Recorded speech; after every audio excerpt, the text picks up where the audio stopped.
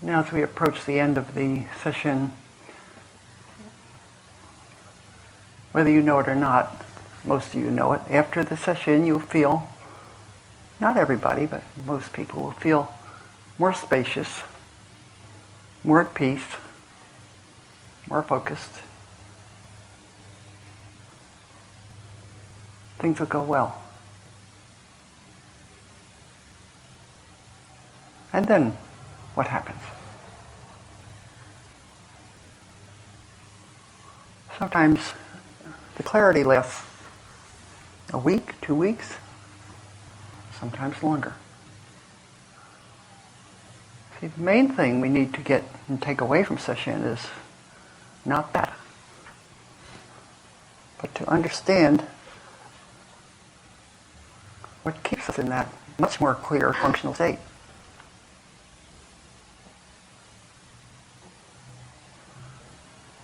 It's amazing that we don't understand what it means to be in training. If you're a good Zen student, I'm not talking about the people that fool around. If you're a good Zen student, you're in training for a lifetime. You're a therapist in training. You're a teacher in training. You're a school teacher in training. You're a doctor in training. You're a salesman in training. You're a housewife in training. It doesn't matter what you do. You're in training. But what does that mean? You don't realize, many of you, what that means.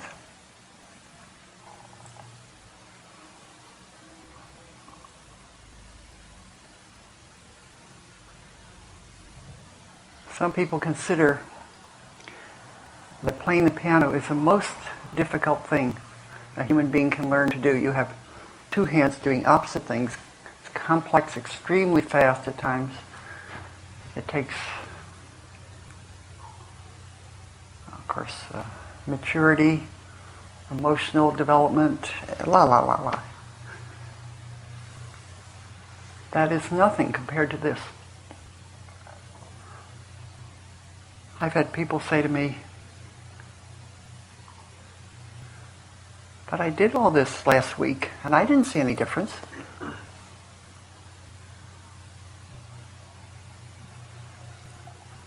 What is it we have to do?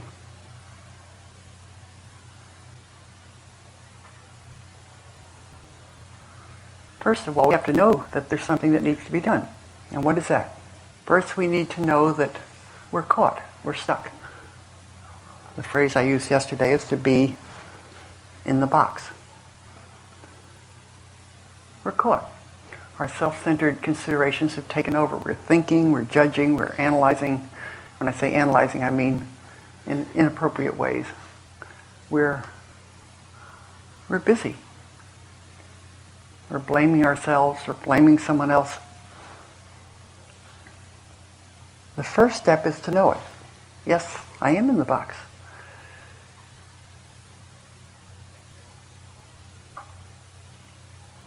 And then what? Once you know it, you have a choice. You may not want to take that choice, and you may not take it. But at least you know it's there. And what is that choice? To continue doing what you're doing, or to return to who you really are, to reality, to the sensations of life, which are what you really are. You don't see the sense of that, some of you. To return to that experiencing, which, of course we don't want to do that. Of course it's hard. Of course at first you won't succeed. It doesn't matter. You have to try if you're serious. Not in a punishing way, I have to do that. You simply do the best you can. If you stay there 10 seconds, it's valuable. 20 minutes, it's valuable. 3-4 hours, amazingly valuable. 3 steps. Am I in or out of the box? Sometimes we're out. But if we're in the box, then what? I have a choice. We don't like to see that either. And third is to do something.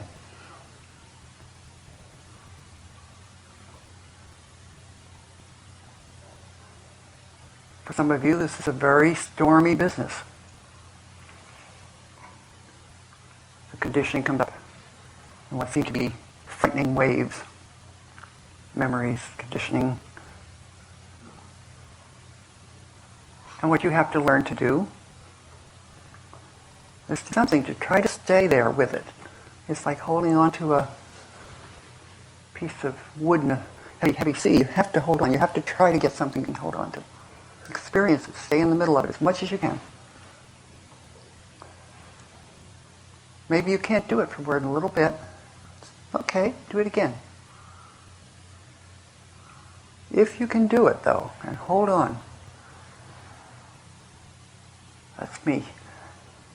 There's a depth that appears. Some people call it a silence. In the middle of that churning, see? If we will just not let our mind go crazy, this is awful. I must be losing my mind. Oh, I think there's something wrong with me. I'm getting sick. If you keep that up, half an hour, you're ready for the emergency room. Round and round. You have to learn to see it as sensation. I've never had anyone come in the middle of one of those who wasn't perfectly all right. It's just sensation. And you can learn. I used to be up all night with some of this stuff.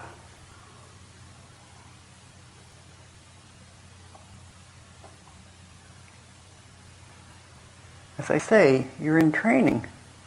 What does that mean, day by day by day? It doesn't mean you think about it all day long, but you don't miss things. As much as you can, you don't let periods go by where you're frantic and shaken and rushing, or if you do, you do. But you have to notice it later and try to catch it the next time. It's not just a matter of a little sitting here and there, a little noticing here and there. Not if you want to be a real Zen student. This is the hardest thing you've ever done. And if you think it's something else, no, you're wrong.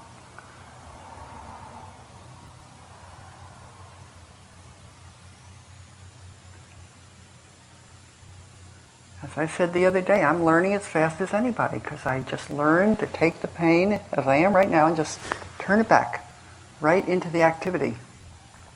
Physical pain, emotional pain, it doesn't matter.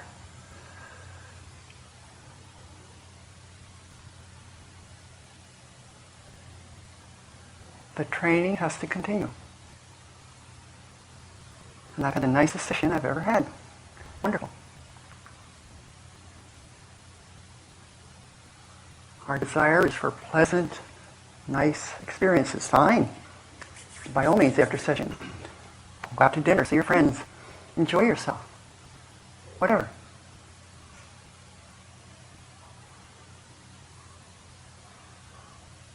But we're skating on thin ice. That can change just like that. Are you ready?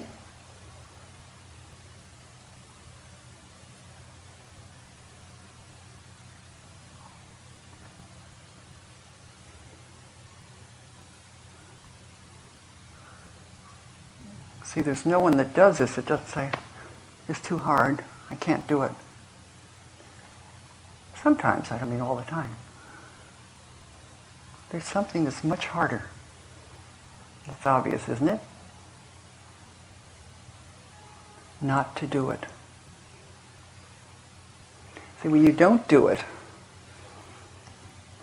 not only do you suffer, but so does everybody else.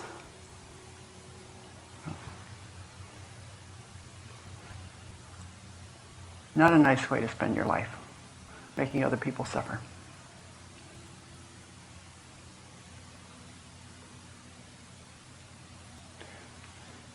So I'm a persistent one. First step. Ask yourself, when you have any suspicion, am I caught? Am I in the box? Do you know the difference? You know, if you're busy doing your work and just getting on with things, chances are you're not in the box. I'm not saying we're in the box all the time. But when you are, training time. So what do you do when you're busy?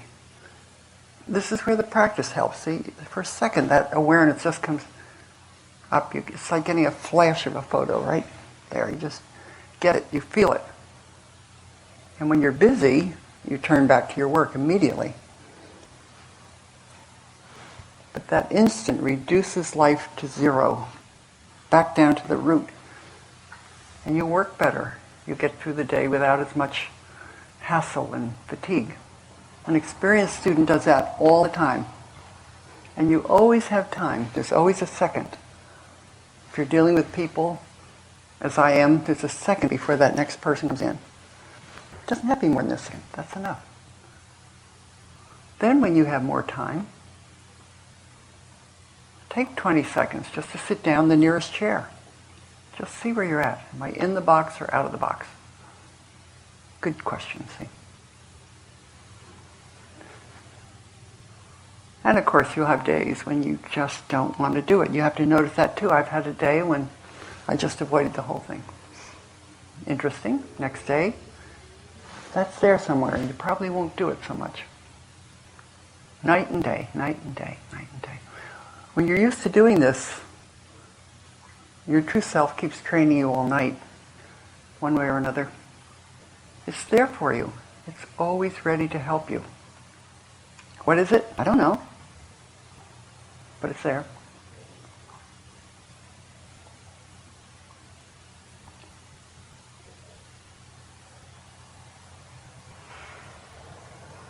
So I know you're all selfish, just like me. We're all selfish. But what do we want, really? See? We want a life that, for the most part, feels like, something's getting done here. I'm not just a vegetable, something's getting done. I feel content for the most part.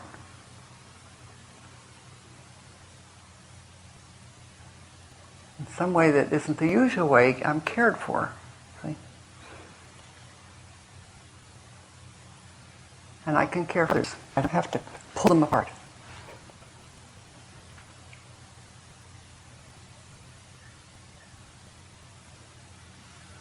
So it's fun. Should we call it fun? Why not? It's fun. You all think it's fun? Yeah. Sure, why not? See, it's the best game in town. I had a friend who always said, best game in town. Okay. Anyway, 1, 2, 3. Am I in the box? I have a choice. Am I going to take it?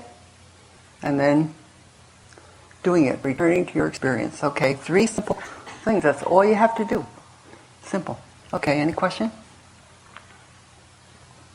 Everyone happy? You know what to do? Yeah, Margareta? I have a question. Yesterday morning I had this experience where I was sitting and I'm just listening and then there was just hearing without me there. But as soon as that occurred, I would pull back.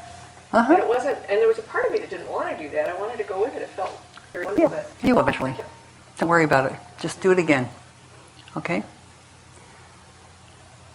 Eventually there comes a time when there is just hearing, just sensation, just this, and no one doing it.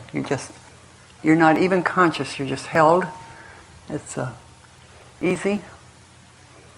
Yeah. Okay? Anyone else? Well, I did something. I knocked everyone out. Or Mary Lou. I don't think it's fun. You don't think it's fun? All right. I always remember Sesshin with the Soen Roshi.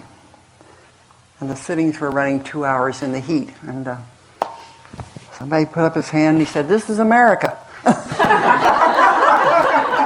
We don't do this here." And he said, oh. And the next sitting was 3 hours. No democracy anywhere. Anyway, speak up, Mary Lou. That's all. But tell us what your experience is. Well, it's terrifying. And what did I say to do with that? It just be terrified. Well, thanks a lot. You should say thanks a lot. See? Why? It's your key to freedom. See? Can you hold on to that terror for, you know very well, there's nobody eating you up or whatever. Just hold on to that terror. Just be terrified. See? For how long? I don't know.